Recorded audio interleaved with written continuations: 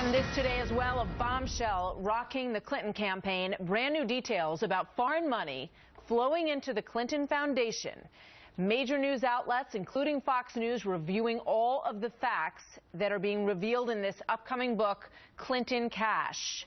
Bret Baier has been digging even deeper into the details and all of the connections that are brought forward in these contentions. He will be anchoring a Fox News special on all of this tomorrow night, but he joins us back again here now. Busy morning across the board. Bret, good to have you here.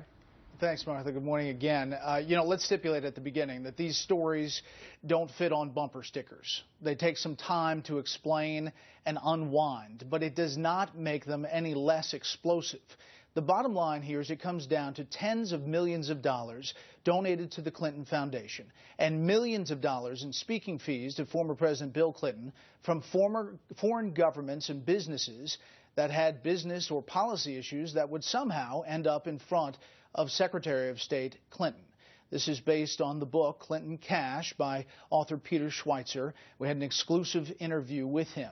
There are many stories around the globe here. This first one deals with Kazakhstan, and it starts with a trip by President Clinton and one of his friends to Kazakhstan. It develops into a uranium deal that explodes, and then tens of millions of dollars to the Clinton Foundation from one company.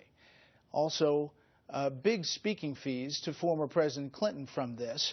It all ends up with a Russia reset that perhaps is more than anyone bargained for. Consider the stunning case of Kazakhstan and how American uranium ended up in the hands of the Russians. On September 6, 2005, Bill Clinton shows up in Kazakhstan, where Frank Justra, a Canadian investor, has been trying to get control to buy a couple of uranium mines. And he became really partners in a way with Bill Clinton, working on philanthropic activities. I came to him with an idea about creating an initiative to alleviate poverty. Furthermore, Frank Justra has been involved in helping to facilitate speaking engagements for the Clintons. Frank Justra and Bill Clinton were whisked to the presidential palace of President Nazarbayev in Kazakhstan. And it's a fascinating story because everybody walked away from the table that night with something. The story caught the attention of Pulitzer Prize-winning New York Times reporter Joe Becker. What President Nazarbayev got was this huge propaganda coup. Bill Clinton basically endorsed the progress that Kazakhstan had made in terms of their own democracy, which was sort of interesting given that President Nazarbayev was elected with 90+% of the vote in an election that was widely criticized as being rigged. Bill Clinton has a public press conference with President Nazarbayev where he praises his rule and praises his human rights record. But the bottom line is, after they leave, a couple of days later, Frank Justra gets his uranium concessions, which end up being enormously lucrative to him and to a small group of Canadian mining investors. His company was like a bit player and really had gone from a worthless shell company overnight, got this huge uranium mining deal. And then soon after that, Bill Clinton got a huge donation, $31 million from Frank Justra to his charitable foundation, followed by a pledge to donate $100 million more. Our calls to the Kazakhstan embassy were never returned. We talked to Frank Justra, who told us he considers this an old story and said that he's not interested in politics. Meanwhile, his defenders insist that no undue influence was exerted in Kazakhstan because the deal did not require the Kazakh government's approval. The problem is there are corporate records that indicate very, very clearly that the Kazakh government did have to sign off and approve. And in fact, that's what we're looking at here. That's exactly. This is what we're looking at here, which is the amended Memorandum of Understanding that's dated September 15th, 2005, between the Ministry of Energy of the Republic of Kazakhstan and Kazatomprom, which is the atomic agency in Kazakh government. So there's no way that they can argue the Kazakh government was not a party to these negotiations. They were signatories to this agreement. And there's a postscript to the Kazakhstan tale. Kazakh officials wanted to take an equity stake in Westinghouse, which is a U.S. company that works in the civilian nuclear field. When you have a sensitive industry like Westinghouse is involved in the nuclear industry, that requires review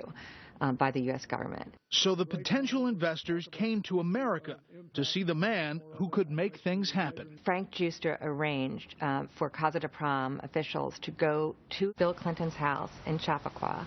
When I first contacted both the Clinton Foundation, Mr. Clinton's spokesman, and Mr. Giustra, they denied any such meeting ever took place.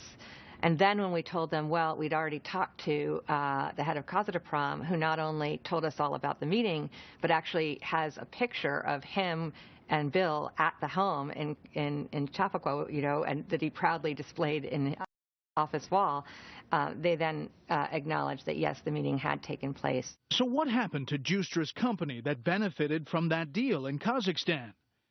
After a merger, it became a uranium giant called Uranium One. And then the Russians bought it. Uranium One became very active in acquiring uranium assets actually in the United States itself.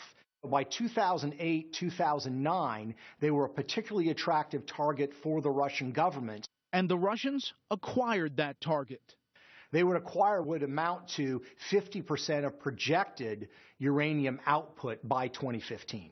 In other words, Russia now controls what was projected to be up to half of America's uranium. Our calls to Uranium One were not returned. Now, does Secretary Clinton factor into this? For that deal to go through, it needs federal government approval, and one of those people that has to approve that deal is Secretary of State Hillary Clinton, who, as Senator Clinton, was vigorously opposed to these kind of buys from countries into U.S. property. That's a great point, Brett. You remember the Dubai ports deal, for example, which he was opposed to. We believe that no foreign government should control our ports. In this particular case, we're talking about uranium. We're talking about things that relate to the nuclear industry. We're talking about the Russian government, which already provides equipment, material to Iran. That's correct. The problem is that Hillary Clinton's family foundation, the Clinton Foundation, was receiving tens of millions of dollars from shareholders in Uranium One who wanted the Russian government to acquire them because it would be a financial landfall. So what this amounts to in the end is a Russian company, essentially controlled by Vladimir Putin, will now be in charge of a substantial portion of American uranium. Russia sends uranium to its client state, Iran. So American uranium could well be sent to the very nation we're negotiating with to try to slow its ability to develop a nuclear weapon. Thus, we see how far-reaching the effect of the Clinton blur, as Schweitzer puts it, can be.